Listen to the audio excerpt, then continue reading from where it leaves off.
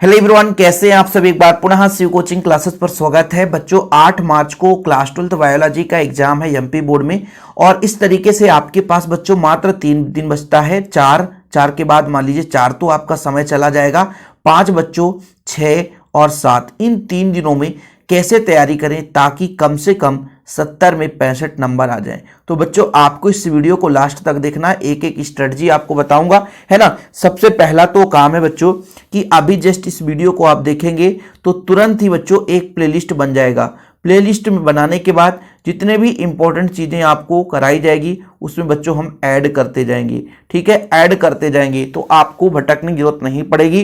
जितना भी वीडियो देंगे आप प्लेलिस्ट में देखते जाना बच्चों, ठीक है। जिस तरीके से हमने हिंदी में बेहतरीन तैयारी कराया था बच्चों, इंग्लिश की सब्जेक्ट की बात करें चाहे हम बात करें बच्चों फिजिक्स की, आप जाकर मिला लेना पूरे वीडियो। यदि आपने देखा होगा बच्चों और बढ़िया आप लोग पेपर देंगे तो आपको खुद पता होगा कि शिव सर कैसे तैयारी कराते हैं। तो बच्चों हम यहां पर कुछ आप लोगों के लिए टास्क दे रखे हैं, जैसे आपको जितना भी पढ़ाई करना बच्चों 6 के पहले खत्म करना, 7 का दिन जो है केवल और केवल रिवीजन के लिए रखना है। जैसे मैं आपको टास्क दे दिया कि 5 मार्च को अध्याय 1 से 6 तक और 7 मार्च को बच्चों अध्याय 7 से 13 तक, ये आपके 2 खंड में बांटा कि इसको आपको पढ़ ही लेना है। आज हम आप लोगों को जैसे 4 मार्च का पूरा समय सर इसमें हम कौन से चैप्टर पढ़ेंगे, तो हम ऑल चैप्टर ऑब्जेक्टिव मतलब बच्चों 400 क्वेश्चन। कितने क्वेश्चन बच्चों? 400 क्वेश्चन, ठीक है। ये 400 क्वेश्चन एक ही वीडियो में, भटकने की जरूरत नहीं पड़ेगी। इंपॉर्टेंट चीजें हम करा ही देंगे भाई, है ना, जो विगत 10 वर्षों में आया है। अब देखो भाई मैं आपको बता दूं 28 नंबर में 5 ऑब्जेक्टिव ऐसे आएंगे जहां की आप लोग किसी भी बुक से पढ़ लो वो आपको मिलने वाला नहीं, चाहे परीक्षा अध्ययन से, चाहे परीक्षा बोध से, चाहे केशव सिंपल, चाहे प्रश्न बैंक, कहीं से भी पढ़ोगे बच्चों ये 5 ऑब्जेक्टिव आपको नहीं मिलेंगे। कैसे मतलब बीच पूरे बुक के बीच से दे देता है, जो कि बच्चों हम पूरे बुक से यदि हम ऑब्जेक्टिव बनाए तो 1000 भी ऑब्जेक्टिव बन सकता है। तो सेलेक्टेड ऑब्जेक्टिव हम कराएंगे, बाकी आप भी प्रैक्टिस करते रहना। साथ में इंपॉर्टेंट डायग्राम वाले जो प्रश्न है बच्चों, जो भी 7-8 प्रश्न है वो डायग्राम वाले प्रश्न कर लेना।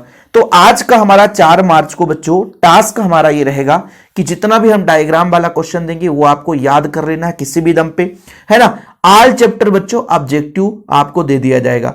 हालांकि ये चीज आप लोगों को लगेगा कि सर हम ऑल चैप्टर ऑब्जेक्टिव तो करा दोगे, लेकिन हम रिवीजन कहां से करेंगे। तो जिस तरीके से बच्चों आप सबके लिए चाहे हिंदी हो, चाहे इंग्लिश हो, चाहे फिजिक्स हो, ऑफर हमने निकाला था, तो बायोलॉजी के लिए नोट्स के लिए भी हम यहां पर हिंदी मीडियम के लिए बच्चों मात्र 100 रुपए में ऑफर निकाल रहे हैं, ठीक है। जहां 100 रुपए में केवल नोट्स मिलता था, केवल नोट्स देते थे ऑल चैप्टर के नोट्स बच्चों, ठीक है। इसके अलावा हम कुछ नहीं देते थे पूरा साल, जिन बच्चों ने लिया होगा। लेकिन पहला काम बच्चों नोट्स आपको मिलेगा ऑल चैप्टर, ठीक है। दूसरा बच्चों ऑब्जेक्टिव मिलेगा ऑल चैप्टर, ऑब्जेक्टिव मिलेगा ऑल चैप्टर, ठीक है बच्चों। इंपॉर्टेंट क्वेश्चन मिलेगा ऑल चैप्टर। फिर सर और क्या मिल सकता है, देखो 3 ईयर पेपर सोल्यूशन। और क्या मिल सकता है सर, देखो भाई क्वेश्चन बैंक या सिंपल पेपर, तो आप प्रश्न बैंक यहां पर लिख लो, प्रश्न बैंक, ठीक है। इतना चीज, ये मटेरियल बच्चों आप लोगों के लिए मात्र 100 रुपए में। कॉन्टेक्ट नंबर में 9685299149। अब इससे होगा क्या कि जो बच्चे अभी तक कुछ नहीं पढ़े हैं ऑब्जेक्टिव रिवीजन कर सकते हो वीडियो से, नहीं तो सुपर फास्ट करना है तो आप क्वेश्चन देखकर भी कर सकते हैं। नोट्स में बच्चों जैसे हमने दिया ऑब्जेक्टिव डायग्राम, तो वो नोट्स में ऑल चैप्टर बाय चैप्टर आपके नोट्स से, उससे भी आप बढ़िया पढ़ सकते हो। क्वेश्चन हम दे देंगे, आप हमारे नोट्स से नहीं भी पढ़ना चाहते हैं क्वेश्चन बच्चों आप लोगों को मिल जाएगा, बढ़िया आप तैयारी करते रहें। 3 साल के पेपर किसी भी दम पे रटा होना चाहिए हर बच्चे से। 2022 है ना बच्चों, 2023 और 2024 ये जो प्रश्न पत्र है रटा होना चाहिए किसी भी दम पे। तो आप लोग ये डिवाइड कर लो कि 3 दिन है सर, जैसे 4 मार्च को हम 2024 का कर लेंगे, 5 मार्च को हम 2023 का कर लेंगे और 6 मार्च को हम 2022 का कर लेंगे। इस तरीके से एक प्रश्न पत्र रट लेंगे। बायोलॉजी में हम ये मानते हैं कि बहुत ज्यादा लेक्चर कराने की जरूरत नहीं है, लेकिन फिर भी बच्चों 2-2 अंक, 3-3 अंक और 4 अंक, है ना, रिवीजन, सिंपल पेपर रिवीजन, ये सब हमारे चैनल पे आता रहेगा। लगातार वीडियो जाएंगे, ये नहीं है कि एक दिन में काम खत्म होगा, ऐसा नहीं होगा बच्चों। तो 5 तारीख और 4 तारीख 6 तारीख इनमें एक एक पेपर आपको पढ़ लेना है। ठीक है, 5 को मैंने कह दिया अध्याय 1 से 6 तक, और बच्चों 6 को अध्याय 7 से 13 तक पढ़ना है। बच्चों हम एक चीज बहुत बड़ा मेंशन करने वाले हैं, जैसे 1 से 6 तक पढ़ोगे तो अध्याय 1 से 4 तक में 4 अंक का क्वेश्चन कभी नहीं पूछा गया है, मैक्सिमम 2 अंक और 3 अंक का ही क्वेश्चन पूछा जाता है। दिन में आपको कितने घंटे पढ़ाई करनी है ताकि बेहतरीन अंक आए, तो दिन में बच्चों आपको 14 घंटे पढ़ने हैं। 14 घंटे में जैसे आप कोई चैप्टर पढ़ रहे हो तो लगभग उसमें 4 घंटे आपको 2 अंक पढ़ना बच्चों, 2 अंक 3 अंक। 2 घंटे कम से कम आप बड़े क्वेश्चन देखो, है ना, 4 अंक वाले क्वेश्चन। 2 घंटा आप हर दिन ऑब्जेक्टिव करो। यदि ये ऑब्जेक्टिव आज ही तैयार कर लेते हो 4 मार्च को, तो फिर आपको भटकने की जरूरत नहीं रहेगी, आपके पास पर्याप्त समय रहेगा, सिर्फ क्वेश्चन करना रहेगा। ये चीज बच्चों, आप जितना भी पढ़ते हो शाम को रिवीजन कर लो। जैसे बच्चों 4 मार्च को आप जितना भी पढ़ रहे हो रात को 10 बजे 10 से 12 ऐसा 2 घंटा लगा लो, वहां रिवीजन करना है। और भी बच्चों 2 घंटे जो आपको सिलेबस में कंप्लीट हमने नहीं कर पाया था उस टाइम पे एग्जाम टाइम में, तो वो चीज आपको यहां पे करना है बच्चों। तो इन सारी चीजों को आपको थोड़ा सा माइंड में रखना है, एक एक पॉइंट के हिसाब से तैयारी करना है। ऐसा नहीं है कि आप कुछ भी पढ़ते रहें, है ना। तो आप एक समय सारणी बना ले। सुबह हमको ये दिमाग लगा लो कि सुबह हमको 4 बजे उठ ही जाना है, 4 बजे उठ ही जाना है। बढ़िया, 4 बजे उठ गए, 5 बजे से हमको पढ़ना स्टार्ट करना है बच्चों, पढ़ना स्टार्ट करना है। सीधा सीधा आपको 9 तक पढ़ो, ठीक है बच्चों। फिर नाश्ता करो, फिर 1 घंटा बीच में ब्रेक ले लो, फिर आप 10 बजे से शुरू करो, फिर 12 तक पढ़ो, फिर 1 घंटा ब्रेक ले लो बच्चों।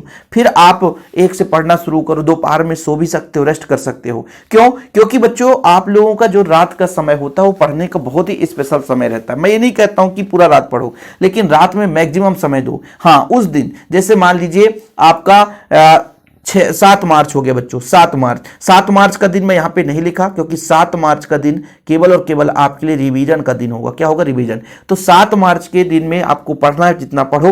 रात में 11 बजे रात तक पढ़ने के बाद 3-4 घंटे के लिए सो जाओ, क्योंकि 7 मार्च का दिन जो है रात में आपको पर्याप्त समय भैया जागना नहीं है, क्योंकि वहां पर आप यदि जाग गए तो हो सकता है आपका एग्जाम बिगड़ जाए। तो इन चीजों को ध्यान में रखना है। और भाई इन चीजों में आप लोगों को मैं यही कहूंगा कि बेहतरीन बच्चों इधर उधर ना भटक करके नोट्स ले लें।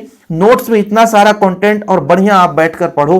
हिंदी है बच्चों तो आप पढ़कर पास हो सकते हो, बायोलॉजी पढ़कर पास हो सकते हो। जैसे फिजिक्स में आप लोग इधर उधर भटकते थे, बायोलॉजी में क्या है भाई, उसको थोड़ा सा पढ़ो अपने आप माइंड कंसंट्रेट करके, तो ऑलरेडी वो याद हो जाता है।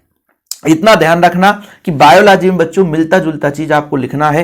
क्वेश्चन में एक एक आपको छोड़ना नहीं, एक एक क्वेश्चन। जैसे आपके पास 1 से 23 क्वेश्चन है मान के चलता हूं, या 1 से 22 क्वेश्चन है, तो एक एक क्वेश्चन अटेंड करना है। ध्यान रखना बच्चों, किसी प्रकार से कोई गलती नहीं करना है। जितना हो सके आपको क्वेश्चन अटेंड करना ही करना है। बाकी आपको भी जो डाउट लगे तो बताइएगा जरूर।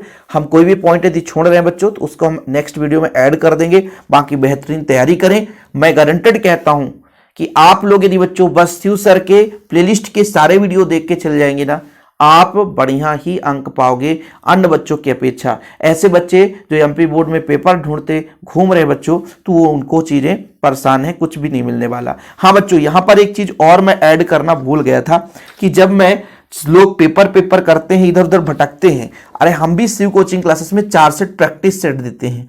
4 सेट प्रैक्टिस सेट बच्चों, क्या देते हैं? Practice set. तो जिन बच्चों को लेना तो ये 4 प्रैक्टिस सेट भी ले सकते हैं।